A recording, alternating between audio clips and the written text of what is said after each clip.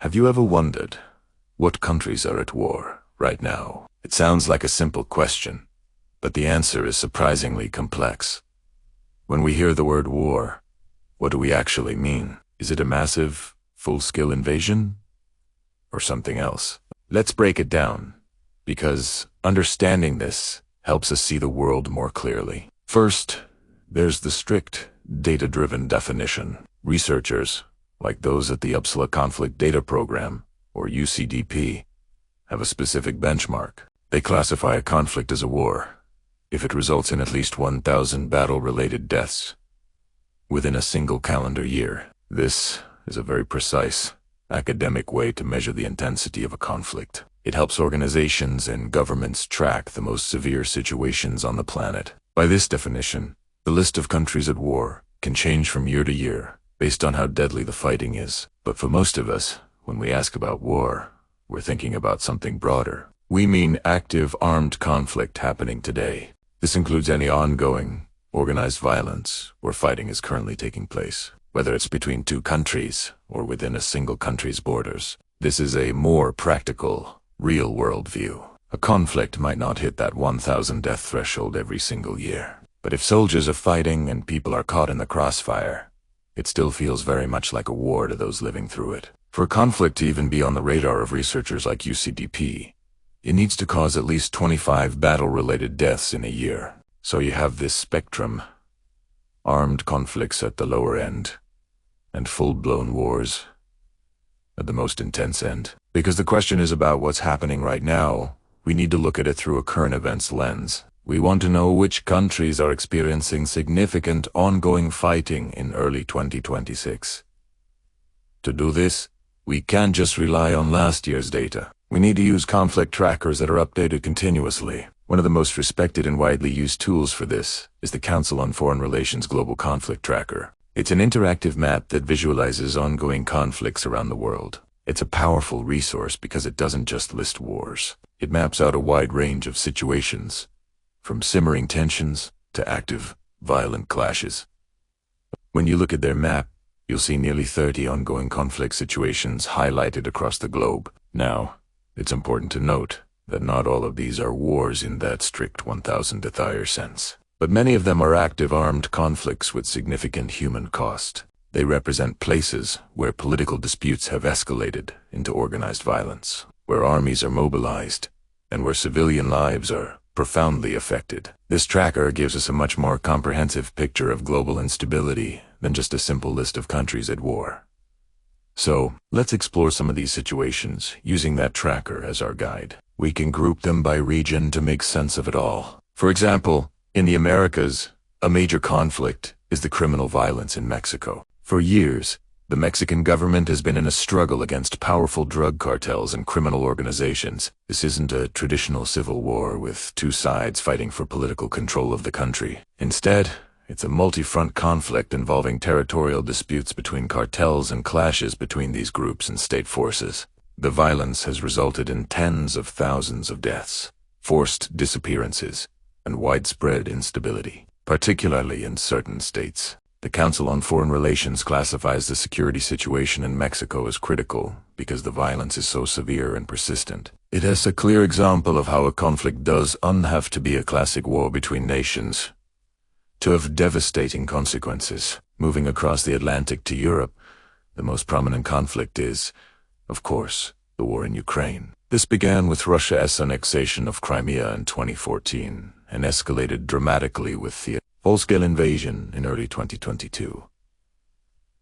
This conflict fits every definition of war. It's an interstate war between two sovereign nations. And the number of battle-related deaths is far, far beyond that 1,000 per year threshold. It involves large-scale military operations, artillery duels, and has caused a massive humanitarian crisis with millions of displaced people. The situation there remains incredibly volatile and is a central focus of global geopolitics. Now let's turn to the Middle East and North Africa, a region that has seen decades of instability. One of the longest-running conflicts is in Syria. What started as anti-government protests in 2011 spiraled into a complex civil war involving the Syrian government. Various rebel groups, extremist organizations like ISIS, and significant foreign intervention from countries like Russia, Iran, Turkey, and the United States. While the intensity of the fighting has decreased from its peak, the conflict is far from over. Pockets of the country are still controlled by different factions,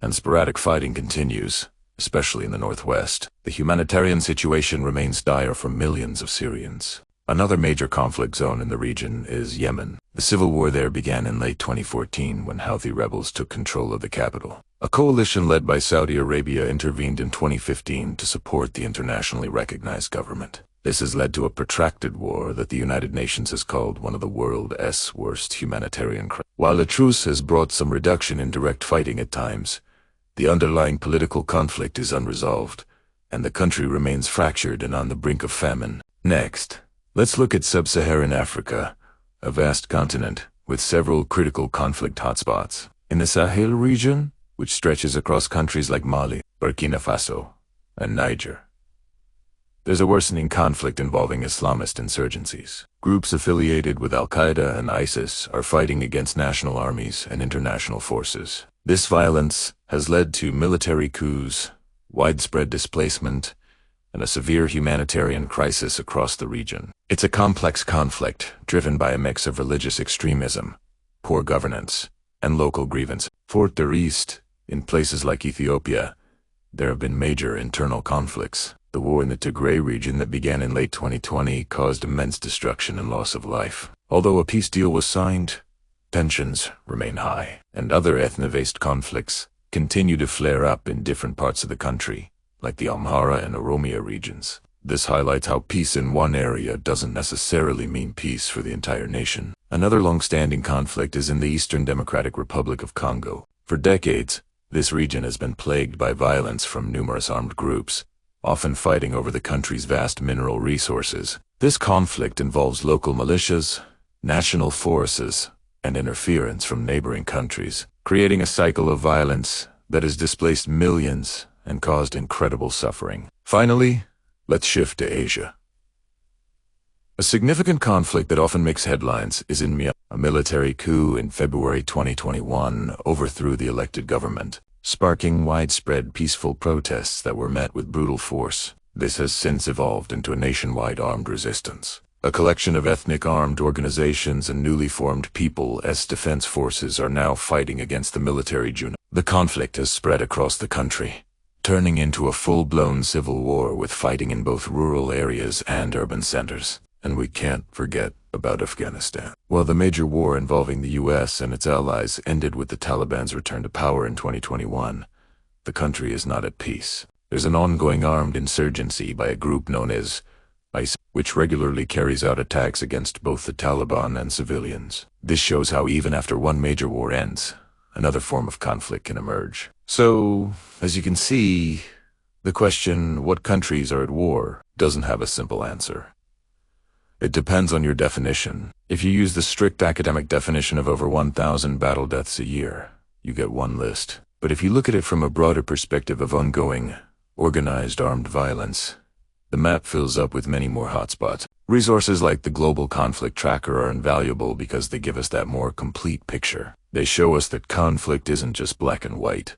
It's a spectrum. From the criminal warfare in Mexico to the interstate war in Ukraine, the civil wars in Syria and Myanmar, and the insurgencies across the Sahel, our world is facing a multitude of complex and tragic, violent conflicts. Understanding this complexity is the first step toward understanding the challenges we face in building a more peaceful world. Thanks for watching. If you found this breakdown helpful, please consider liking the video and subscribing for more deep dives into global issues. See you next time. When we talk about global conflict, one of the first that comes to mind is the war between Russia and Ukraine. This isn't just a brief clash. It's a full-scale, sustained interstate war that has reshaped the international landscape. It all escalated dramatically in early 2022 when Russia launched its full-scale invasion of Ukraine. And since then, the world has been watching, holding its breath. So, where do things stand now, as we're here in early 2026? The short answer is, the conflict is very much ongoing. Imagine two incredibly determined opponents in a protracted struggle. On the ground, this means near constant engagement along a sprawling front line. We're talking about intense battles, artillery duels, and trench warfare that feels like a throwback to another era. But with the terrifying addition of modern technology like drones and precision missiles, soldiers on both sides are enduring grueling conditions, fighting for every inch of territory. It's a war of attrition, where gains are often measured in meters, not kilometers, and come at a tremendous human cost. Beyond the front lines, the war affects daily life for millions. Cities far from the direct fighting are not immune. Frequent missile and drone strikes target critical infrastructure, power plants, water supplies, and transportation hubs. For ordinary Ukrainian citizens, air raid sirens have become a grimly regular part of their routine. The goal of these strikes isn't just to cripple the military effort, but also to wear down the morale of the entire nation. Yet, what we've seen is incredible resilience. People are adapting, repairing, and finding ways to carry on with their lives amidst the constant threat. At the same time, this is a war being fought on the diplomatic front. You might hear news about peace talks, ceasefire proposals, or settlement plans. These diplomatic efforts are happening almost continuously behind the scenes. Different countries and international organizations are constantly trying to mediate, bringing forth various frameworks for peace. However, as of right now, in early 2026, a fundamental gap remains between what Russia is demanding and what Ukraine is willing to accept. For Ukraine, this is a fight for its very existence, its sovereignty, and its right to choose its own future. For Russia, the objectives are more complex, tied to its security concerns and its vision of its place in the world. As long as these core positions are so far apart, a lasting settlement remains elusive, and the fighting continues. The international community is deeply involved. The support for Ukraine has been massive, with countries providing military aid, financial assistance, and humanitarian support. This aid has been crucial in enabling Ukraine to defend itself against a much larger military power. Sanctions against Russia have been implemented on an unprecedented scale, aiming to cripple its war economy and pressure its leadership to change course. These sanctions have had a significant impact, but they haven't been the silver bullet that some had hoped for. The global response has also created new alliances and deepened existing divides, fundamentally redrawing the geopolitical map. Countries have been forced to take sides, or at least navigate a very tricky path of neutrality. Economically, the war's impact has rippled across the globe. It disrupted supply chains for critical goods like grain and energy, leading to price spikes and contributing to a global food crisis and energy instability. While some of these effects have stabilized over the past few years, the underlying fragility remains. The global economy is still feeling the aftershocks, and the long-term costs of reconstruction and recovery will be astronomical. This isn't just a regional conflict. It's a global event with consequences for everyone, whether it's through energy prices, food costs, or the broader sense of international insecurity. The human cost is, without a doubt, the most tragic aspect. The numbers are staggering. We're talking about tens of thousands of casualties on both sides, both military and civilian. Millions of people have been displaced from their homes. Entire cities have been reduced to rubble. Families have been torn apart. The psychological trauma inflicted on a whole generation is immeasurable. The stories of loss, survival, and bravery are both heartbreaking and inspiring. It's a stark reminder of the devastating human reality behind the headlines and strategic analysis. Every statistic represents a person, a family, a life irrevocably changed. So, as of early 2026, the situation in Ukraine is one of a dynamic and brutal stalemate. The front lines might shift, diplomatic initiatives might rise and fall, but the core conflict grinds on. It's a complex, multi-layered war fought on the battlefield, in the halls of diplomacy, in the global economy, and in the hearts and minds of millions. Understanding this conflict is crucial to understanding the world we live in today. It's a defining event of our time, and its outcome will have profound implications for the future of international relations, security, and the very principles of national sovereignty. Thank you for watching. That is complex, deeply emotional, and has been in the news for decades. The conflict between Israel and the Palestinian territories of the West Bank and Gaza Strip. It's a subject that affects millions of lives daily, and our goal here is to provide a clear, factual overview of the current situation. This isn't about taking sides, but about understanding the key elements of one of the world's most enduring conflicts. To start, let's establish where we're talking about. Israel is a country in the Middle East, located on the southeastern shore of the Mediterranean Sea. The Palestinian territories consists of two physically separate areas, the West Bank, which is east of Israel, and the Gaza Strip, a small coastal territory to the southwest. The conflict involves the State of Israel and Palestinian groups, with the situation in these territories being a central focus. This conflict is not new. Its roots go back over a century, involving competing national aspirations, historical claims to the same land, and a long series of events that have shaped the region. The modern State of Israel was established in 1948, which led to the First Arab-Israeli War. This event is known as the War of Independence to Israel and as the Nakba, or catastrophe, to Palestinians, as it resulted in the displacement of hundreds of thousands of people. Since then, there have been several major wars and countless smaller-scale confrontations. A key turning point was the Six-Day War in 1967, when Israel occupied the West Bank, Gaza Strip, East Jerusalem, and other territories. This occupation is a critical piece of the puzzle, as it placed Palestinian populations under Israeli military control, a situation that, in many ways, continues to this day. So, what does the situation look like right now? It's important to understand that the term war here isn't always a constant, full-scale battle. Instead, the conflict is often characterized by cycles of intense violence, followed by periods of relative calm or fragile truces, which can be broken at any moment. These flare-ups can be triggered by a wide range of events, from political decisions and security operations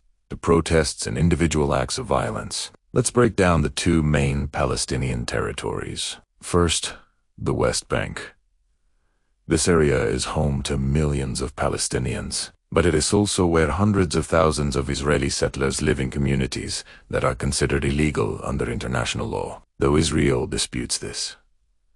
The West Bank is a patchwork of control. Some areas are administered by the Palestinian Authority, which is the internationally recognized governing body for Palestinians. Other areas are under full Israeli military and civil control, and some are a mix. This complex division creates constant friction, movement restrictions for Palestinians through checkpoints, and regular clashes between Palestinians, Israeli settlers, and the Israeli military. Life in the West Bank is often defined by uncertainty and tension. Now let's turn to the Gaza Strip.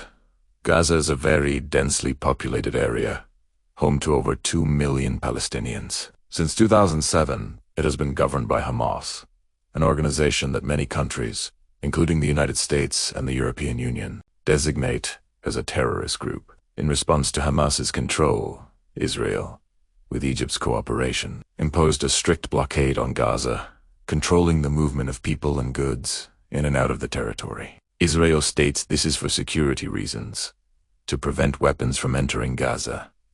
However, humanitarian organizations argue the blockade has crippled Gaza's economy, led to high unemployment and poverty, and created a severe humanitarian crisis. The situation in Gaza often escalates into major military confrontations.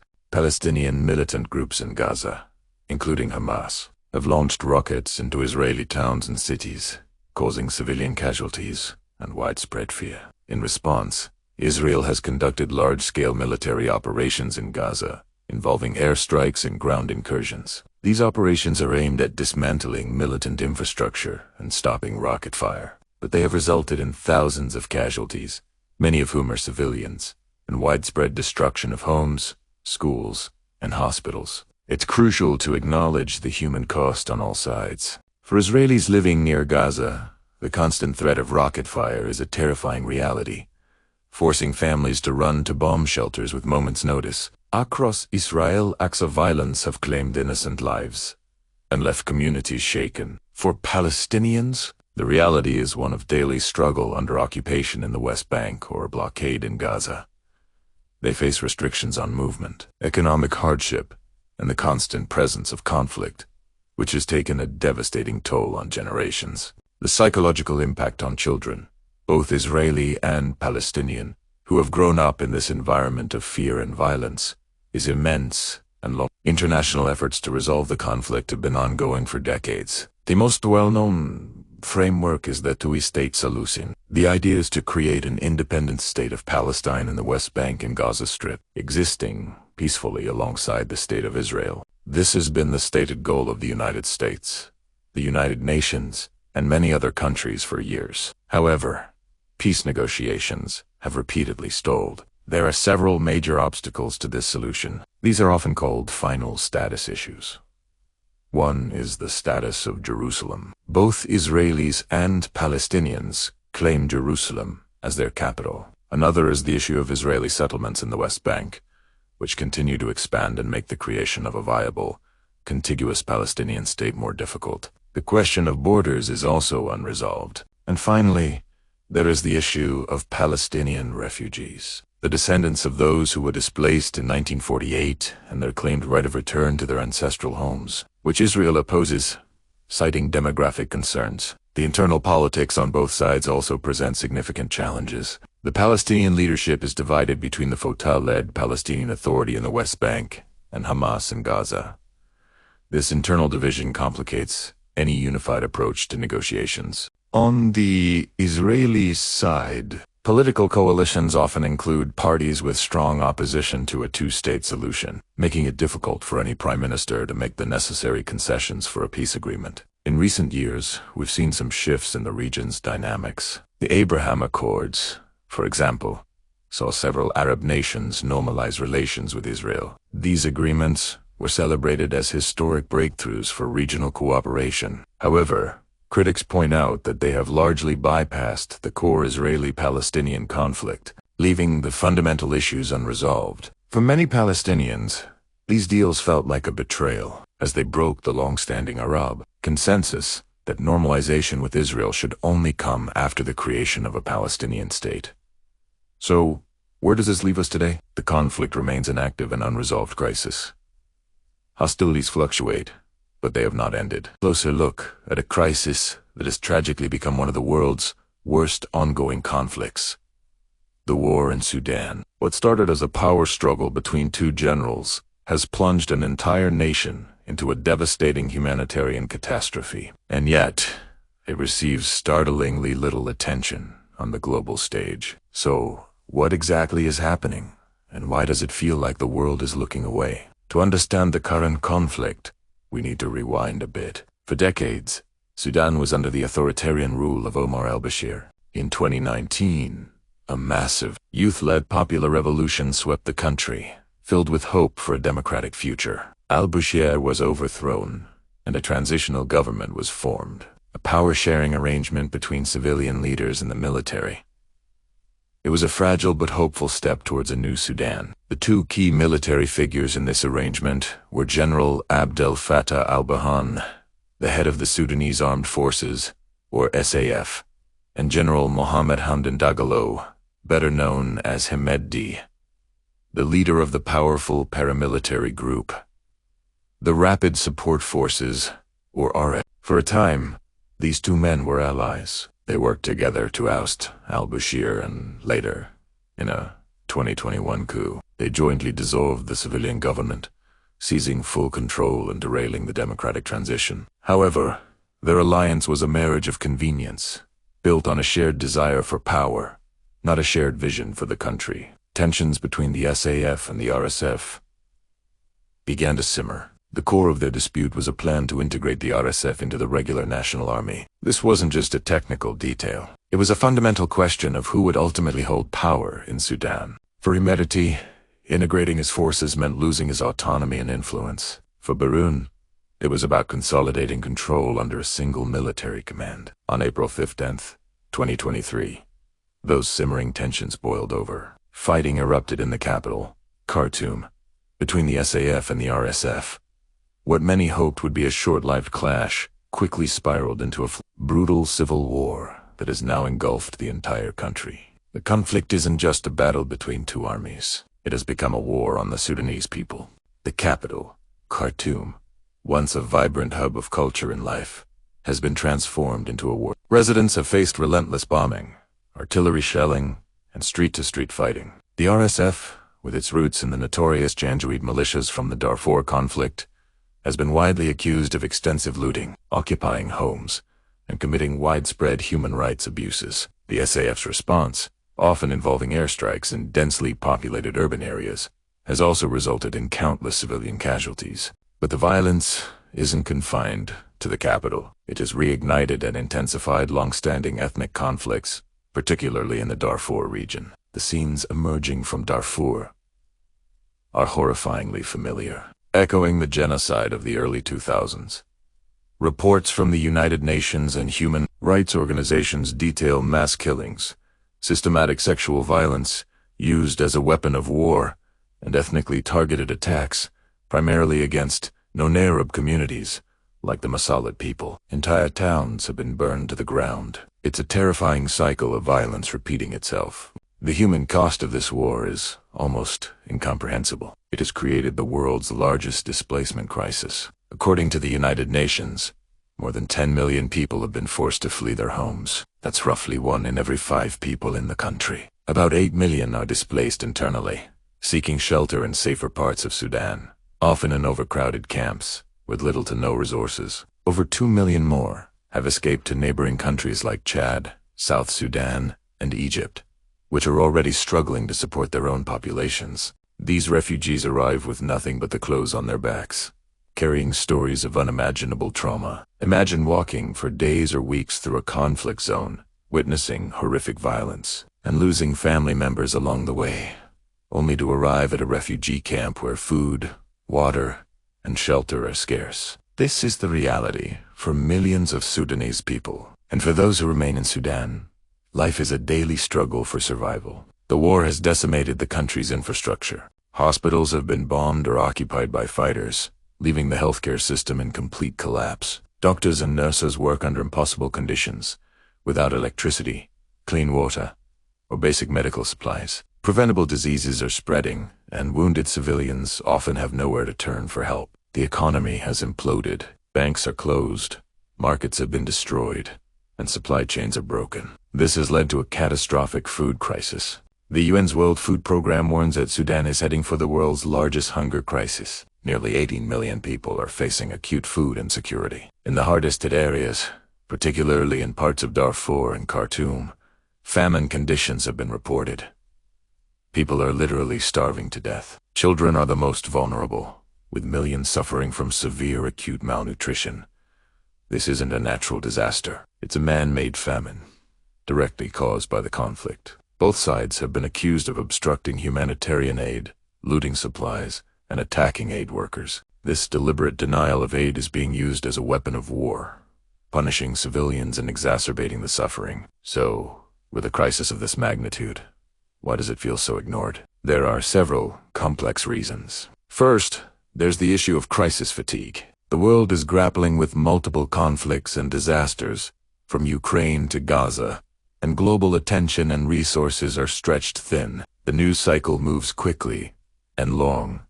Complex conflicts like the one in Sudan often struggle to maintain international focus. Second, the geopolitical landscape is complicated. Unlike other conflicts where major world powers have clear strategic interests, Sudan has become a theater for a web of competing regional and international actors. Various countries have been accused of backing either the SAF or the RSF, providing weapons, funding, and diplomatic cover. This involvement prolongs the war, making a unified international response incredibly difficult. Peace negotiations have repeatedly stalled, with both warring parties believing they can achieve a military victory. Third, there is a significant lack of access for journalists and international observers. The fighting has made it extremely dangerous to report from the ground. Both sides have targeted journalists, and the breakdown of infrastructure makes travel and communication nearly impossible. This information vacuum means the full scale of the horror is not being seen by the outside world. The stories of the Sudanese people are not being heard, but their silence doesn't mean they aren't resisting. In the midst of this chaos, Sudanese civilians are showing incredible resilience. The same grassroots networks that organized the 2019 revolution, known as resistance committees, are now at the forefront of the humanitarian response. These brave young men and women are running community kitchens to feed their neighbors, setting up makeshift clinics, and documenting human rights abuses. They are risking their lives every day to keep their communities alive, embodying the spirit of solidarity that fueled their fight for democracy. The international community must step up. This means applying coordinated, meaningful pressure on both warring parties and their external backers to stop the fighting and allow unfettered humanitarian access. Sanctions, arms embargoes, and diplomatic isolation must be used effectively. Humanitarian funding pledges also need to be fulfilled immediately. Back to the channel. Today, we're going to talk about a situation that deserves more of our attention. The ongoing civil war in Myanmar. It's a complex and deeply affecting conflict that has been reshaping the nation since early 2021, and its impact on millions of people is staggering. Let's try to understand what's happening. So, what is the root of this conflict? It began in February 2021, when the Myanmar military, known as the Tatmadaw, staged a coup deposing the democratically elected government. This action wasn't met with silence. Across the country, widespread peaceful protests erupted, with citizens from all walks of life demanding the restoration of democracy. This massive civil disobedience movement showed the world the incredible spirit of the Myanmar people. However, the military's response was harsh, leading to a tragic escalation. The peaceful movement quickly evolved into a nationwide armed resistance. In a remarkable show of unity, various groups came together. The National Unity Government, or NUG, was formed by ousted lawmakers, acting as a government in exile. They established a military wing called the People's Defense Force, or PDF. These PDF units, made up of ordinary citizen students, farmers, office workers, sprang up in villages and towns across the country. What makes this situation even more complex is the role of Myanmar's long-standing ethnic armed organizations, or EA. For decades, many of these groups, representing different ethnic minorities, have been fighting for greater autonomy and rights. Following the coup, several of these powerful, well-trained EAOs decided to ally with the new resistance movement. They've provided crucial training, resources, and combat support to the newly formed PDF units. This alliance between the pro-democracy, Bamar majority, and ethnic minority groups is a historic shift in Myanmar's political landscape. As a result, the country is now embroiled in a nationwide civil war. Fighting is not confined to one specific region. It's happening in multiple states and regions, from the northern hills of Kachin and Shanxi to the central plains of Saging and Magway, and down to the southeastern border areas.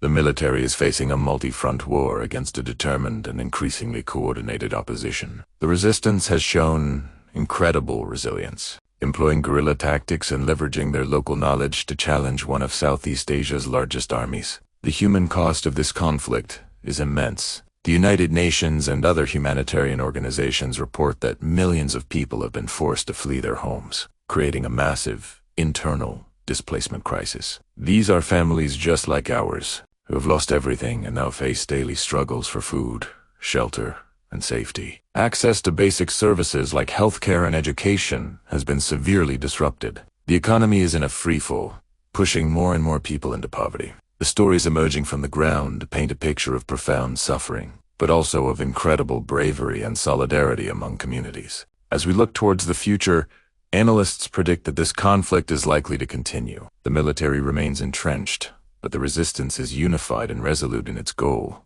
to establish a federal democracy. The international community has responded with sanctions and diplomatic pressure, but a clear resolution remains elusive. The situation is a testament to the enduring desire for freedom and the high price people are willing to pay for it. It's a heavy topic, I know, but staying informed is the first step. Understanding the complexities of the struggle in Myanmar helps us appreciate the global fight for democracy and human rights.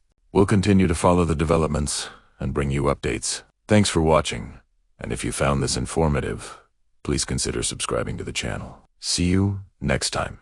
Have you ever heard of Yemen? It's a country at the southern tip of the Arabian Peninsula, and for nearly a decade, it's been caught in one of the most complex and devastating conflicts of our time. Today, we're going to try and understand what is happening in Yemen and why it matters to the entire world. Imagine a country that was once a crossroads of ancient trade routes, with stunning architecture and a rich history. Now, picture that same country fractured by war. That's the reality for millions of Yemenis. The conflict officially began in late 2014 when Houthi forces, a Azadi Shia movement from northern Yemen, took control of the capital, Sana'a. This move prompted the internationally recognized government to flee and led to a military intervention by a coalition led by Saudi Arabia and the United Arab Emirates in March 2015. But this isn't just a simple two-sided war. Yemen is a patchwork of different groups, all with their own interests and backers. On one side, you have the Houthi forces, who now control much of the country's north, the most populated areas. They receive support from Iran, which has added a layer of regional rivalry to the conflict. On the other side is the Presidential Leadership Council, or PLC, which is the internationally recognized government. But even this council is a fragile alliance of different factions, including southern separatists who want to re-establish an independent South Yemen, as well as various other military and political groups. This fragmentation is a key reason the conflict is so hard to resolve. It's not just one front line. It's a web of shifting alliances and local power struggles. Over the years, there have been periods of intense fighting, followed by fragile ceasefires. A UN-brokered truce in 2022 brought a significant reduction in violence and offered a glimmer of hope. It largely held even after it officially expired, and for a while, it seemed like real peace talks might finally be gaining traction. However, the situation remains incredibly volatile. The country's economy has completely collapsed. Infrastructure, from hospitals to schools, has been destroyed. The UN has consistently called Yemen the world's worst humanitarian crisis. Millions of people are on the brink of famine, dependent on international aid to survive, and diseases like cholera have spread rapidly. The human cost of this war is simply staggering, with hundreds of thousands of lives lost, both directly from the fighting and indirectly from starvation and disease. So why should we, sitting thousands of miles away, care about this? Well, what happens in Yemen doesn't stay in Yemen. Its strategic location is a big part of the reason. Yemen sits on one side of a narrow strait called the Bab el-Mandeb. This is a critical choke point for global trade. A massive amount of the world's oil and commercial goods passes through this waterway every single day, heading to and from the Suez Canal. Recently, the security of the Red Sea has become a major global headline, and it's directly linked to the conflict in Yemen. In response to events in the wider Middle East, the Houthis began targeting commercial shipping vessels they claim are linked to Israel. These attacks have forced major shipping companies to reroute their fleets all the way around Africa, a much longer and more expensive journey. This disruption affects supply chains worldwide, potentially increasing the price of goods for all of us. The United States and its allies have responded with military strikes against Houthi targets in Yemen, aiming to protect this vital shipping lane. This escalation shows just how interconnected everything is. A local conflict has spiraled, drawing in regional and global powers and impacting the world economy. The struggle for control in Yemen is now directly affecting maritime security, international trade, and geopolitical tensions far beyond its borders. Finding a lasting peace in Yemen is an immense challenge. It requires not just an agreement between the main warring parties, but also a way to address the grievances of all the different local groups. It means rebuilding a shattered country, restoring basic services, and finding a way for people to live together after years of brutal conflict. International diplomacy continues, but the path forward is uncertain. The recent escalations in the Red Sea have complicated peace efforts, shifting the focus from internal resolution to regional security. The story of Yemen is a tragic reminder of how war can tear a nation apart, and how quickly a local conflict can have global consequences. For the people of Yemen, the hope for peace is a daily struggle for survival, and for the rest of the world, it's a crisis we cannot afford to ignore. Thank you for watching. If you found this video informative, please give it a like and subscribe for more deep dives into complex global issues. The Middle East in 2011. One country's story has remained a complex and heart-wrenching headline. Syria. What started as peaceful pro-democracy protests quickly spiraled into a devastating multi-sided conflict that continues to this day, more than a decade later.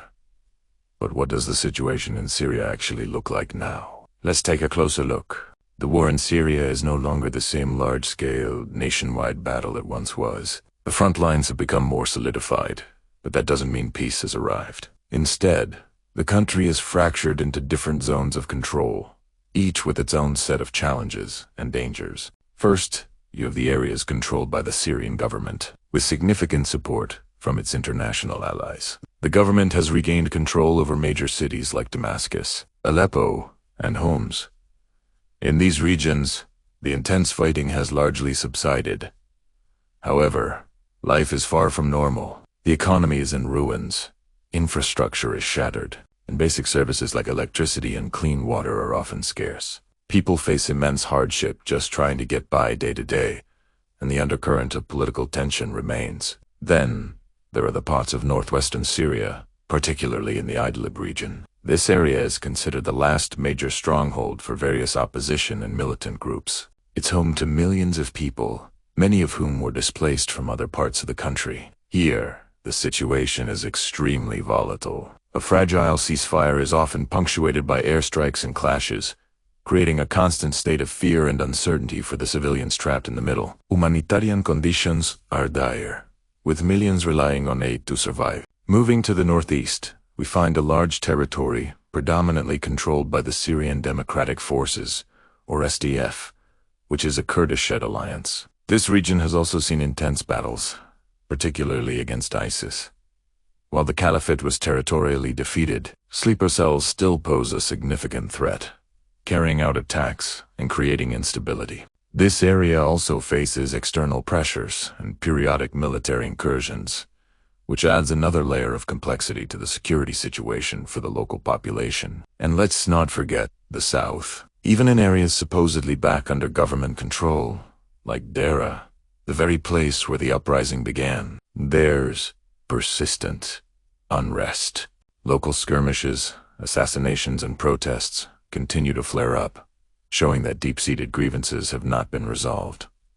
So, what does this all mean for the Syrian people? It means living in a constant state of no war, no peace. It means over 13 million people, more than half the country's pre-war population, have been forced to flee their homes. It means a generation of children has grown up knowing nothing but conflict, with limited access to education and healthcare. The international community's involvement adds another dimension. Various countries have their own interests and proxies in Syria, turning the conflict into a geopolitical chessboard. This has made finding a lasting political solution incredibly difficult. Peace talks have been ongoing for years, but a comprehensive agreement that satisfies all parties remains elusive. Syria's conflict may no longer dominate daily news cycles, but for the millions of people living through it, the crisis is far from over. It is transformed into a chronic condition of insecurity, poverty, and fragmentation. Rebuilding the country, healing its societal wounds,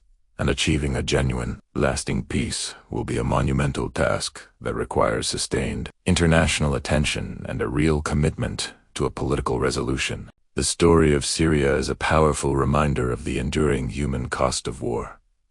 Thank you for watching. If you found this informative, please like and subscribe for more deep dives into global issues. Have you ever heard of the Democratic Republic of Congo? It's a vast, beautiful country right in the heart of Africa, incredibly rich in natural resources. We're talking about cobalt, coltan, copper, diamonds, gold, the very materials that power our smartphones, laptops, and electric cars. But behind this incredible wealth lies a story of immense suffering, one that has been unfolding for decades. Today, we're going to talk about the complex and devastating conflict in the eastern DRC, a crisis that has been called one of the world's most neglected humanitarian emergencies. So, what exactly is happening? The eastern provinces of the DRC, particularly North Kivu, South Kivu, and Ituri, have been trapped in a cycle of violence for nearly 30 years. It's a tangled web involving dozens, sometimes over 100, different armed groups, the Congolese National Army, and even neighboring countries. This isn't a simple war with two clear sides. It's a chaotic, multi-layered conflict where allegiances shift, and civilians are tragically caught in the middle. To understand how we got here, we need to look back to the 1994 Rwandan genocide. Over 1 million refugees, including perpetrators of the genocide, fled into eastern Congo. This event dramatically destabilized the region, leading to two major wars, sometimes called Africa's World War, which drew in multiple African nations and resulted in millions of deaths. Even though those wars officially ended in 2003, the violence never truly stopped. The embers of conflict just kept smoldering, and foreign-backed militias and local armed groups continued to fight for control over land in the DRC's vast mineral wealth. One of the most prominent groups active today is the M23. This rebel group, which re-emerged in late 2021 after being dormant for years, has seized significant territory in North Kivu province. Their resurgence has displaced hundreds of thousands of people, creating a massive humanitarian crisis. The United Nations and several Western countries have reported that M23 is backed by neighboring Rwanda. Although Rwanda consistently denies this, this regional dimension makes finding a lasting peace incredibly difficult. It's not just an internal Congolese problem. It's a geopolitical chessboard where the stakes are incredibly high. Beyond the M23, there are numerous other armed groups. Some claim to be defending their ethnic communities, while others are essentially criminal gangs focused on illegally mining and smuggling valuable minerals. This illegal trade in conflict minerals is a huge part of the problem. The demand for these resources from the global technology and green energy industries fuels the violence. Armed groups fight for control of the mines, using the profits to buy weapons and continue their reign of terror. It is a vicious cycle where our global consumption is indirectly linked to the suffering on the ground. The human cost of this conflict is staggering. Since 1996, it is estimated that over 6 million people have died as a direct or indirect result of the violence. Right now, there are nearly 7 million internally displaced people within the DRC, one of the highest numbers in the world. Millions more face severe food insecurity. Communities live in constant fear. Violence, abductions, and attacks are a daily reality for many. Women and children are particularly vulnerable, facing unimaginable horrors. Despite the scale of the crisis, it receives shockingly little attention in the global media. So, what is being done? There have been countless peace deals, diplomatic efforts, and one of the world's largest and most expensive UN peacekeeping missions. Minuscule regional blocs like the East African Community have also deployed troops. However, these efforts have had limited success in bringing lasting stability. The sheer number of armed groups, the deep-seated political and ethnic grievances, the economic incentives of the conflict, and the involvement of neighboring states make it an incredibly tough puzzle to solve. The situation in the DRC is a profound tragedy. It is a story of a country blessed with immense resources, but cursed by a history of exploitation and conflict. It's a reminder that the gadgets in our hands can have a hidden human cost. Spreading awareness is a crucial first step. The more people who understand the reality in the DRC, the greater the pressure on governments and corporations to act responsibly to ensure supply chains are clean, to support genuine peace initiatives, and to provide the humanitarian aid that is so desperately needed. The people of Congo deserve peace. They deserve to benefit from their country's wealth. They deserve a future free from fear. Thanks so much for watching. If you found this video informative, please give it a like, and consider subscribing for more deep dives into important global issues. Your support helps us bring more attention to stories that need to be told.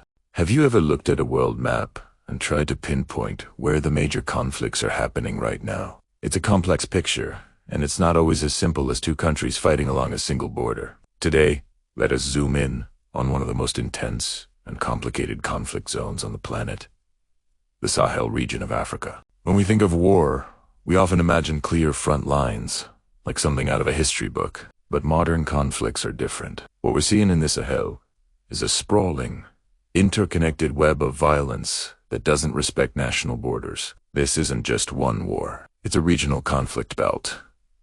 Imagine a huge stretch of land covering several countries: Burkina Faso, Mali, Niger, Chad, and even parts of northern Nigeria. All these areas are facing persistent and brutal insurgent violence. It's a situation of constant, warlike insecurity that affects millions of people every single day. So, what's actually happening on the ground?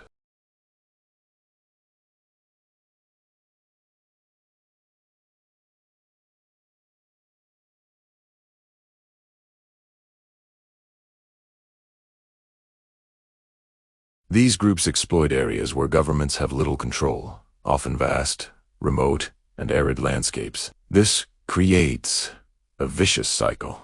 The violence forces people to flee their homes, leading to massive displacement crises, causing food shortages and economic collapse. Schools and hospitals are shut down, either destroyed or too dangerous to operate. The basic fabric of society gets torn apart.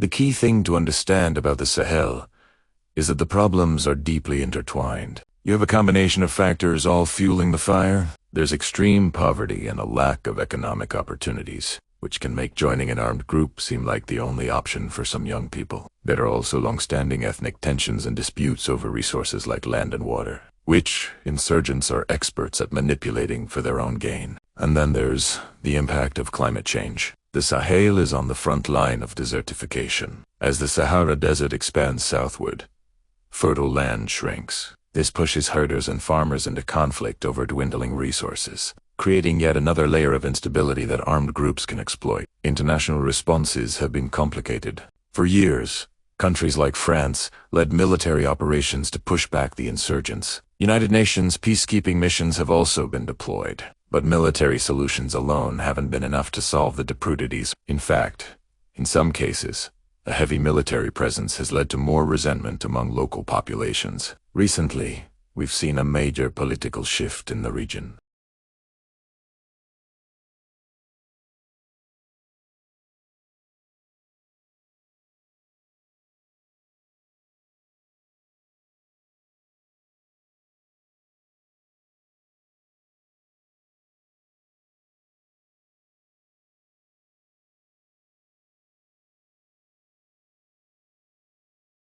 In fact, some analysts worry that the withdrawal of experienced international forces could create a vacuum that allows these extremist groups to grow even stronger. It's a humanitarian catastrophe in the making, and one that rarely gets the sustained global attention it deserves. So when we talk about war in the 21st century, it's crucial to look beyond simple headlines. The Sahel shows us a new kind of conflict, one that's regional, multi-layered, and deeply connected to issues of governance, poverty, and climate. Understanding these complex realities is the first step toward finding meaningful and lasting solutions. Thanks for watching. If you found this breakdown helpful, please like the video and subscribe to our channel for more deep dives into global affairs. Stay curious. Somalia has been linked in the global consciousness with conflict, famine, and instability. But what is the real story behind the headlines? What is actually happening in this nation on the Horn of Africa? And why has peace been so hard to find? Let's take a closer look at the long and complex conflict that continues to shape Somalia today. To understand the present, we need to look back. The collapse of the central government in 1991 plunged the country into a prolonged civil war. Various clan-based factions and warlords fought for control, leading to widespread chaos and a devastating humanitarian crisis. This power vacuum created fertile ground for extremist groups to emerge. Out of this turmoil rose the Islamic Courts Union, or ICU, a coalition of Sharia courts that briefly brought a semblance of order to the capital Mogadishu and much of southern Somalia. In 2006, however, their rise was seen as a threat by neighboring Ethiopia and the United States, who feared the establishment of a hardline Islamist state. An Ethiopian military intervention, with U.S. backing, swiftly defeated the ICU. But this victory was short. The more radical, youth-led wing of the ICU splintered off and formed a new, more formidable group, Harakat al-Shabab al-Mujahideen, better known simply as Al-Shabaab, which means the youth in Arabic. What began as a nationalist resistance against the Ethiopian presence soon morphed into a transnational, jihadist group that pledged allegiance to Al-Qaeda. In 2012, for over a decade and a half, Al-Shabaab has been the central protagonist in the Somali conflict. Their goal is to overthrow the internationally recognized federal government of Somalia and establish a state based on their strict interpretation of Islamic law. They have controlled vast swaths of rural territory, primarily in the southern and central parts of the country, where they impose their own system of governance and taxation. Their methods are brutal and effective. They launch complex attacks on government facilities, military bases, and civilian targets like hotels and restaurants. They use guerrilla tactics, improvised explosive devices, and suicide bombings to instill fear and demonstrate their continued strength. Their reach extends beyond Somalia's borders, with major attacks having been carried out in neighboring Kenya and Uganda, countries that contribute troops to the African Union mission in Somalia. In response, the Somali federal government, with significant international support, has been engaged in a relentless counterinsurgency campaign. The Somali National Army, alongside forces from the African Union Transition Mission in Somalia, or ATMIS, has been on the front lines, fighting to reclaim territory from the militants. In recent years, we've seen a notable shift in strategy. The government has successfully encouraged the formation of local clan militias, known as Makawasli, to rise up and fight alongside national forces. This community-led approach has proven effective, leading to the liberation of significant areas that were under Al-Shabaab's control for years. It is a sign that many Somalis are tired of the group's oppressive rule and are willing to risk their lives to expel them. However, the fight is far from over. Al-Shabaab is a resilient and adaptive organization. When they lose territory, they often melt back into the population or retreat to remote areas, regrouping to launch counterattacks later. The conflict has also created a dire humanitarian situation. Millions of Somalis are displaced from their homes, and the constant insecurity, combined with severe climate shocks like droughts and floods, has pushed the nation to the brink of famine multiple times. The path forward for Somalia is incredibly challenging. It requires not just a military victory, but also progress on political reconciliation, economic development, and building strong, trustworthy government institutions that can provide security and services to the people. The international community continues to play a vital role, providing security assistance, humanitarian aid, and diplomatic support. The story of Somalia is one of incredible resilience in the face of unimaginable hardship. While the conflict with Al-Shabaab remains a stark reality, the recent successes of government and clan-led offensives offer a glimmer of hope. The future of the nation hangs in the balance, dependent on the courage of its people and the sustained support of the world. Thanks for watching. If you found this explanation helpful, please consider subscribing for more deep dives into complex global issues. Hello everyone, and welcome back to the channel. Today, we're diving deep into a region that is often in the headlines, but rarely understood in its full complexity: the shared borderlands of Pakistan and Afghanistan. This isn't just a line on a map. It's a dynamic, and often turbulent, frontier that shapes the lives of millions and has global security implications. So, let's unpack the current situation in both countries. First, let's talk about Pakistan. For years, the country has been grappling with persistent challenges from various militant groups. These aren't isolated incidents. They're part of a sustained campaign that creates a constant state of alert, particularly in the province's border in Afghanistan. Security forces are frequently engaged in operations to counter these threats, but the porous nature of the border makes this an incredibly difficult task. This ongoing violence has a profound impact, not just on the security landscape, but on the daily lives of citizens and the country's overall stability and economic development. The cross-border movement of militants remains a primary source of tension, creating a complex security dilemma that requires constant vigilance and strategic responses. Now, let's turn our attention across the border to Afghanistan. Since the Taliban's return to power, they have established control over the country's governance. However, control doesn't necessarily equal stability. The nation is still facing significant armed threats, most notably from groups like the Islamic State Khorasan Province,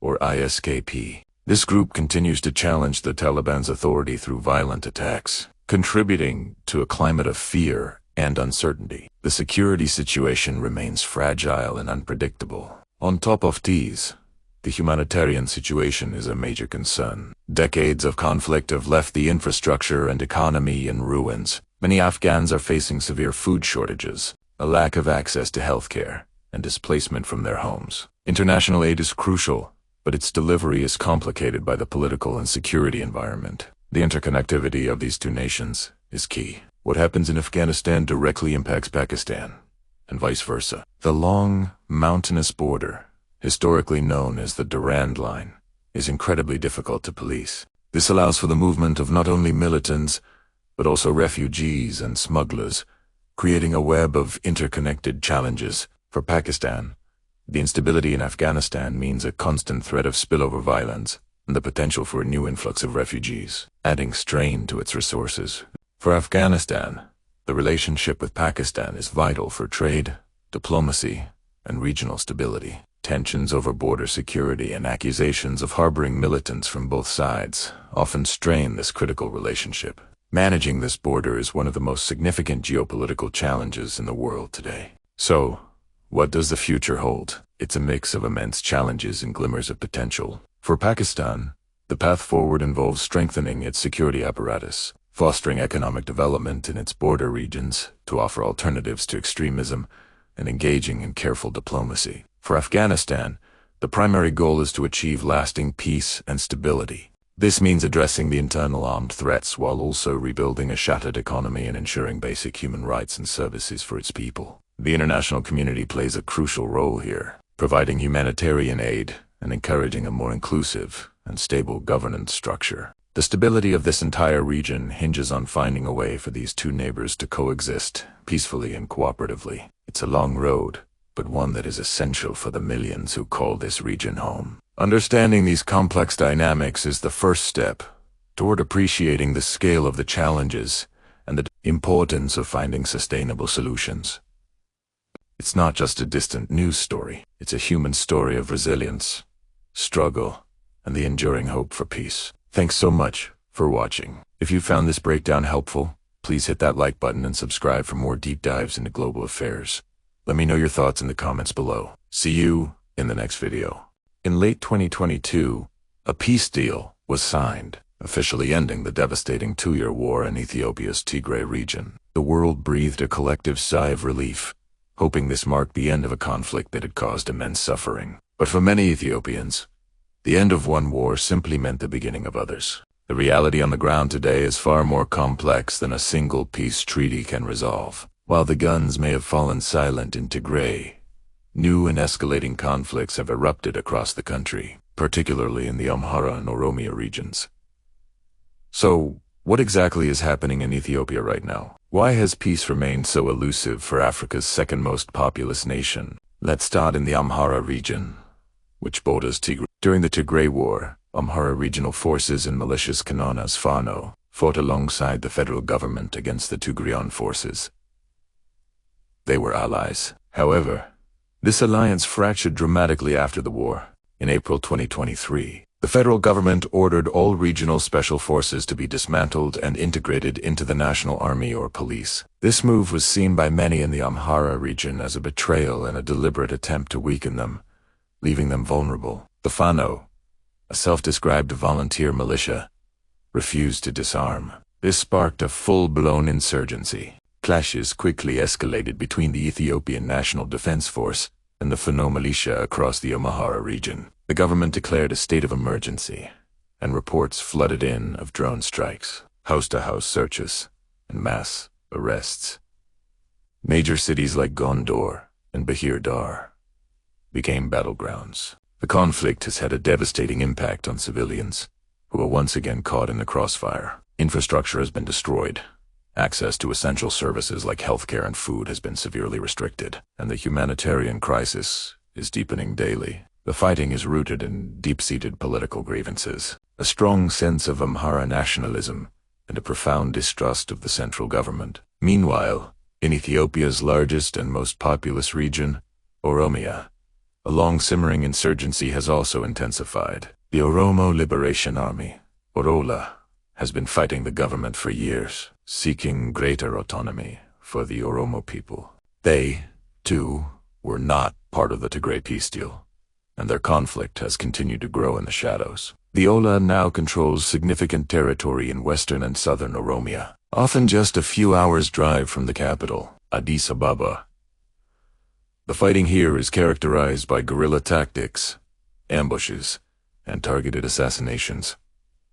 Civilians frequently face violence, displacement, and accusations of supporting one side or the other. The conflict in Oromia is fueled by historical marginalization and political demands that many or almost feel have been ignored for decades by successive governments. So, Ethiopia finds itself in a precarious situation. It's juggling multiple, complex, internal conflicts simultaneously. The federal government, led by Prime Minister Abiy Ahmed, is stretched thin, fighting on several fronts. The peace deal in Tigray, while a crucial step, did not address the underlying political and ethnic tensions that plagued the entire country. Instead, it seems to have shifted the epicenter of violence from one region to others. Each conflict has its own unique history, actors, and goals, making a single, unified solution nearly impossible. These overlapping crises are creating a humanitarian catastrophe. Millions are internally displaced,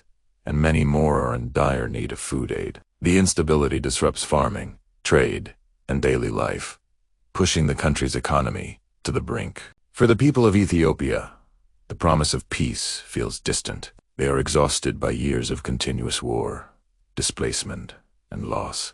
Their resilience is being tested to its limits as they navigate a landscape of uncertainty and fear. The international community watches with concern, but the path forward must be forged by Ethiopians themselves. It will require inclusive dialogue, addressing historical grievances, and building a political system where all of Ethiopia's diverse communities feel represented and secure. Until then, the cycle of violence, unfortunately, continues.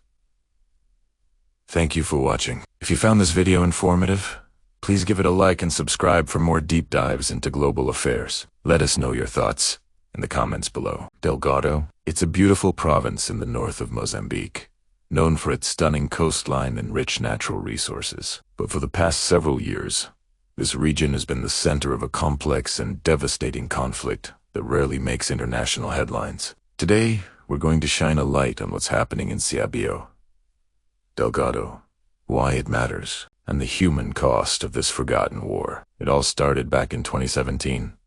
Small, sporadic attacks by a local extremist group began to escalate. This group, known locally as Al-Shabaab, though its direct links to the Somali group are debated, started targeting villages, government forces, and anyone who stood in their way. What began as a local insurgency quickly spiraled into a major humanitarian crisis. So, what's fueling this conflict? It's a complicated mix of factors. Cabo Delgado has long been one of Mozambique's poorest and most neglected regions. Despite being incredibly rich in natural resources like rubies and moray, recently massive offshore natural gas deposits, these discoveries, worth billions of dollars, were supposed to bring prosperity. Instead, for many locals, they've brought displacement and frustration. The feeling is that this wealth isn't trickling down. Grievances over poverty, unemployment, and a lack of basic services created fertile ground for extremist recruitment. Young people with few opportunities saw the insurgency as a viable alternative, promising purpose and a share of the spoils. The violence has been brutal. We've seen reports from conflict monitors and humanitarian organizations detailing horrific acts against civilians. Thousands of lives have been lost, and entire communities have been uprooted. At its peak, the crisis displaced nearly 1 million people, forcing them to flee their homes with nothing but the clothes on their backs. These families end up in overcrowded camps or host communities, facing shortages of food, clean water, and medical care. The psychological trauma, especially for children who have witnessed unimaginable things, is immense. In response, the Mozambican government sought help. In 2021, troops from Rwanda and the Southern African Development Community, or SADC, were deployed to the region. This intervention did manage to push the insurgents out of key towns and strategic areas they had captured. For a while, it seemed like the situation was improving, and some people even started to return home. However, the conflict is far from over. The insurgents have adapted. Instead of holding territory, they've shifted tactics, operating in smaller, more mobile cells. They continue to carry out hit-and-run attacks on remote villages and security forces. This makes the situation incredibly unpredictable and keeps the local population living in a constant state of fear. The security situation remains fragile, and humanitarian access is still a major challenge in many areas. So, why should this matter to the rest of the world? First, there's the humanitarian catastrophe. Millions of people are in need of assistance. Their stories deserve to be heard. Second, the instability in Cabo Delgado has the potential to spread, threatening the security of the wider southern African region. And finally, it's a stark reminder of how poverty, inequality, and a sense of injustice can be exploited by extremist ideologies, a pattern we see in other parts of the world. The path to lasting peace in Cabo Delgado won't be easy. It requires more than just a military solution. It needs a comprehensive approach that addresses the root causes of the conflict, investing in development, creating jobs, ensuring local communities benefit from the region's resource wealth, and promoting good governance. Most importantly, it requires giving a voice to the people of Cabo Delgado and helping them rebuild their lives and communities. Thank you for taking the time to learn about this critical issue.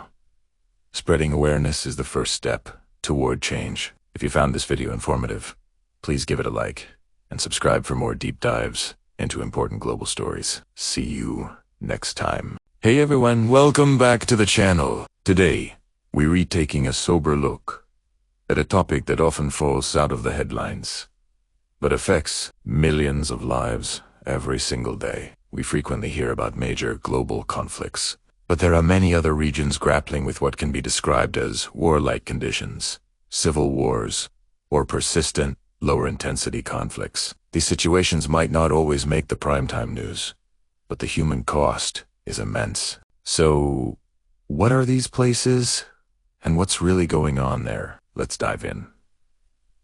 First, let's talk about the definition of war. It's a powerful word, and its application can be complex. For our discussion today, we're looking at countries with ongoing armed conflict, even if it's sporadic or confined to certain regions. These are places where instability is the norm, and the threat of violence is a constant reality for the people living there. Let's start with Libya. Ever since the 2011 revolution, Libya has been a fractured nation. The core of the problem is a deep political division, with rival governments and a patchwork of armed groups all vying for power and control over the country's vast oil resources. This has created a situation of fragmented governance. Imagine a country with no single, recognized authority. It leads to periodic, intense, armed clashes, especially around key cities like Tripoli. While major, full-scale battles have become less frequent in recent years, the underlying tensions haven't gone away. It's more of a simmering civil conflict pattern, where flare-ups can happen at any moment. For ordinary Libyans, this means constant uncertainty. It affects everything from personal safety to the economy, access to basic services, and the ability to plan for the future. The international community has tried to mediate, but a lasting political solution remains elusive, leaving the country in a fragile state of limbo. Next, we turn to South Sudan, the world's youngest nation. After gaining independence in 2011, hopes were high, but tragically, just 2 years later, the country plunged into a devastating civil war. A formal peace agreement was signed in 2018, but the path to true peace has been incredibly rocky. Widespread instability and shocking outbreaks of armed violence continue to plague many parts of the country. This isn't just fighting between national political factions. It's often localized, intercommunal violence, frequently over resources like land and cattle, but amplified by the availability of weapons and a history of unresolved grievances. We still see regular reports of major humanitarian incidents. Entire communities are forced to flee their homes, leading to massive internal displacement and a refugee crisis in neighboring countries. The cycle of violence disrupts farming, destroys livelihoods, and puts millions at risk of severe food insecurity. It's a complex humanitarian emergency, driven by a conflict that just won't seem to end, leaving a generation to grow up knowing nothing but instability. Now, let's journey to the Central African Republic, or CAR. This is a country that has been in a state of crisis for decades, but the conflict escalated dramatically in 2013. Despite the presence of a UN peacekeeping mission, large portions of the country, especially outside the capital Bangui, remain under the control of various armed groups. These groups control trade routes, illegal mines, and essentially run their own territories, often terrorizing the local population. It's an enduring conflict ecosystem. The government's authority is very limited, and the national army struggles to provide security across the vast territory. The violence is often brutal, frequently targeting civilians based on their ethnicity or religion. This has created one of the world's most severe displacement crises, with a huge percentage of the population forced from their homes. Access for humanitarian aid workers is extremely difficult and dangerous, making it a forgotten crisis in many ways. The struggle in the car is a fight for the very soul of the state, a battle to establish security and governance against a backdrop of deep-seated mistrust and violence. Finally, we need to discuss a highly complex and interconnected conflict zone involving Turkey, Iraq, and Syria. At the heart of this is the long-running conflict between the Turkish state and armed Kurdish groups, most notably the Kurdistan Workers' Party, or PKK, which Turkey, the US, and the EU designate as a terrorist organization. This conflict isn't confined to Turkey's borders. Turkey conducts frequent cross-border military operations into northern Iraq and northern Syria, targeting PKK bases and affiliated groups.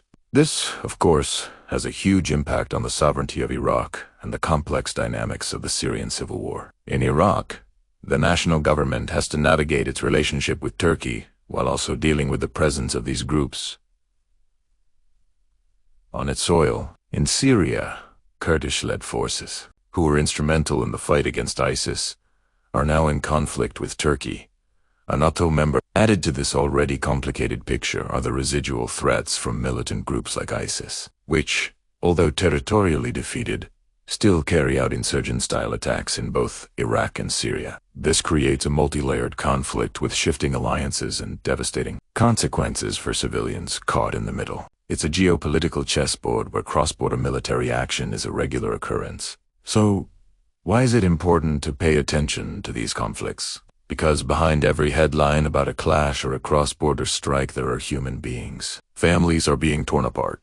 Children are losing their chance at an education. And entire societies are being held back from their potential. The instability in these regions doesn't just stay there. It contributes to global refugee crises, creates vacuums for extremist groups to thrive, and disrupts the international order. When we talk about Libya, South Sudan, the Central African Republic, or the complex web of conflict in the Turkey-Syria-Iraq triangle, we are talking about millions of people whose daily reality is shaped by violence and fear. Understanding these situations is the first step toward advocating for more effective and sustained international efforts for peace.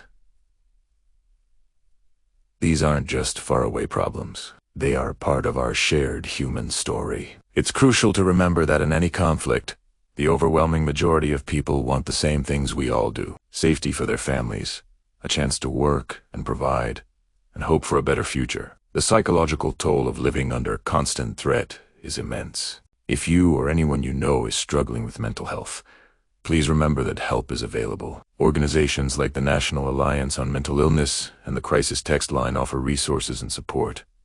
Reaching out is a sign of strength. The people living in these conflict zones show incredible resilience every single day, and the least we can do is refuse to forget them. By staying informed, we can contribute to a global conversation that values peace and human dignity above all else. Thank you so much for watching and for taking the time to learn about these critical issues with me today. It's not an easy topic, but it's an important one. If you found this video informative, please give it a thumbs up and consider subscribing to the channel for more deep dives into global affairs. And please, share your thoughts in the comments below. Let's keep the conversation going. Make it feel like the whole world is on fire. It's easy to get confused with all the headlines about conflicts, tensions, and standoffs. Today, we're going to clear up some of the biggest geopolitical hotspots that, while incredibly serious, aren't technically full-scale wars, at least not in the way you might think. Understanding the difference between a confrontation and an all-out war is crucial for making sense of our complex world.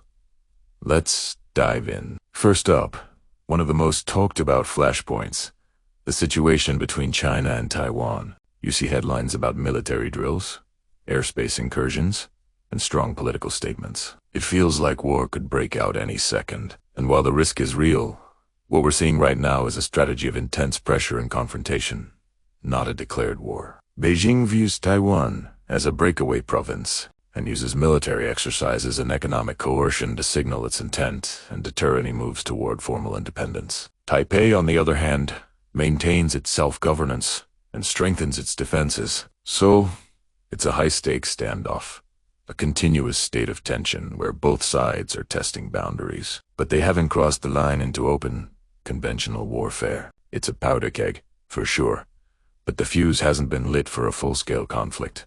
Next, let's sail into the choppy waters of the South China Sea. This isn't a simple two-sided dispute. Here, you have China, Vietnam, the Philippines, Malaysia, Brunei, and Taiwan all making overlapping claims to various islands, reefs, and waters. What makes this so complicated? It's a major global shipping lane, rich in fish, and believed to hold vast oil and gas reserves. You'll hear about Chinese Coast Guard ships using water cannons against Filipino fishing boats, or the construction of artificial islands with military installations. These are definitely aggressive actions and create frequent, tense maritime encounters. However, this is a multi-layered territorial dispute characterized by naval patrols, diplomatic protests, and legal challenges. Rather than a war between nations, it's a constant, simmering conflict with many players, each trying to assert control without triggering a massive military escalation. Now, let's turn to a rivalry that has defined South Asia for decades. India and Pakistan. These two nuclear-armed neighbors have fought several wars since their partition in 1947, primarily over the disputed region of Kashmir. Today, the situation is one of enduring hostility with periodic, sharp escalations. You'll remember incidents like cross-border skirmishes, terrorist attacks followed by military strikes, and intense diplomatic standoffs. The line of control in Kashmir is one of the most militarized borders in the world. But despite the constant friction and the very real danger, it's not currently a state of declared full-scale war. It's more of a long-term, low-intensity conflict that regularly flares up into serious crises. Both sides are locked in a strategic stalemate, where the cost of all-out war is too high, but peace remains elusive. Another region that's seen immense suffering and conflict is the Caucasus. Specifically, the dispute between Armenia and Azerbaijan over the Nagorno-Karabakh region. They fought a brutal war in 2020, which ended with a Russian-brokered ceasefire and significant territorial gains for Azerbaijan. Since then, the situation has remained incredibly tense. There have been deadly border clashes, blockades, and a constant fear of While the large-scale fighting of 2020 has stopped, the root causes of the conflict are far from resolved. It's now classified as a situation of ongoing tension and territorial dispute. The peace is fragile, and incidents continue to happen. But it's not the same as the active, large-scale warfare seen previously. It's a post-war environment where the embers of conflict could easily be fanned back into flames. Finally, we have the shadow conflict playing out across the Middle East, primarily involving Iran on one side, and Israel and the United States on the other. This isn't a traditional war with armies clashing on a battlefield. Instead, it's a complex confrontation fought through proxies, cyber attacks, targeted assassinations, and occasional direct strikes. Iran supports groups like Hezbollah in Lebanon and the Houthis in Yemen, which then engage in conflicts that align with Iranian interests. In response, you see actions like mysterious explosions at Iranian nuclear facilities or military bases, widely attributed to Israel, or U.S. strikes on Iranian-backed militia leaders. It's a worsening interstate confrontation, a multi-front struggle for regional dominance fought in the gray zones, just below the threshold of a declared conventional war. Each strike and counterstrike raises the stakes, making it one of the most volatile and unpredictable situations globally. So, why does this distinction matter? Calling everything a war can be misleading and desensitizing. It lumps together very different types of conflict. A full-scale war involves sustained, large-scale combat between national armed forces. The situations we've discussed, confrontations, disputes, and proxy conflicts are different. They are defined by pressure, deterrence, and limited military actions. Understanding this helps us grasp the specific strategies and risks involved in each flashpoint. It allows for a more nuanced view of international relations, recognizing that the space between total peace and total war is vast and filled with complex, dangerous, and constantly evolving challenges. Keeping these distinctions clear is key to understanding the world we live in. Thanks for watching, and if you found this breakdown helpful, be sure to like, subscribe, and hit the notification bell for more deep dives into global affairs. See you next time. Conflicts are happening right now. It's a heavy topic, but staying informed is crucial to understanding our global community. Today, we're going to take a clear-eyed look at the countries and regions experiencing active war or armed conflict as of early February 2024. Please be aware, this content deals with sensitive subjects. Let us start with a conflict that has been in the headlines daily. The full-scale war between Russia and Ukraine. The fighting there remains intense, affecting millions of lives and reshaping the geopolitical landscape of Europe. Moving to the Middle East, the long-standing conflict between Israel and Palestinian groups, particularly in Gaza and the West Bank, has seen a devastating escalation. This has led to a severe humanitarian crisis and widespread international concern. Nearby, Syria continues to endure a complex civil war that started over a decade ago, involving multiple international and local factions. Yemen is also caught in a protracted civil war, fueled by regional rivalries, which has created one of the world's worst humanitarian disasters. Iraq, while seeing some reduction in large-scale conflict, still faces instability and attacks from various armed groups. And in Turkey, there's an ongoing conflict with armed Kurdish groups, which sometimes spills over into neighboring Iraq and Syria. Now, let's turn to Africa, a continent where numerous conflicts are tragically unfolding. In Sudan, a power struggle between two rival military factions has plunged the country into a brutal civil war, displacing millions. Its neighbor, South Sudan, also continues to grapple with instability and internal violence years after its own civil war officially ended. Further east, in Somalia, government forces, alongside international partners, are battling extremist groups in a conflict that has lasted for decades. Ethiopia has also faced a devastating internal conflict, particularly in the Tigray region, and though a peace deal was signed, tensions and violence persist in other areas like Amhara and Oromia. To the south, Mozambique is fighting an insurgency in its northern Cabo Delgado province, and in the Democratic Republic of Congo, the eastern region is a battleground for numerous armed groups, leading to immense suffering and displacement. The Sahel region in West and Central Africa is another major hotspot. Countries like Burkina Faso, Mali, and Niger are at the epicenter of a violent insurgency that is spreading across the region. They are battling armed groups while also dealing with political instability from recent military coups. This instability affects neighboring countries too, including Nigeria, which is fighting its own long-running insurgency in the northeast, and Chad, which faces threats on multiple borders. The Central African Republic also remains in the grip of a civil war that has fractured the country for years. And in North Africa, Libya is still divided and fragile, with sporadic fighting between rival factions. Finally, in Asia, Myanmar has been in a state of civil war since a military coup in 2021, with a broad coalition of resistance groups fighting against the ruling junta across the country. Afghanistan, following the withdrawal of international forces and the subsequent takeover, continues to see conflict involving armed opposition groups, and Pakistan faces significant challenges from various armed groups, particularly in its border regions with Afghanistan. It's a sobering list, and it's easy to feel overwhelmed, but awareness is the first step toward understanding and, eventually, contributing to positive change. The situations in these countries are incredibly complex and are constantly changing.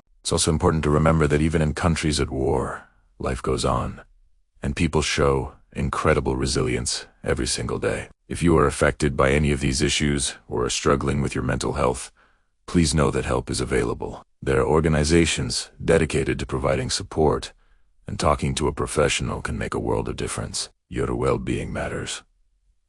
Thank you for taking the time to learn about these critical global issues with me. If you found this video informative, please consider liking it and subscribing to the channel for more deep dives into world events. Stay safe and stay informed.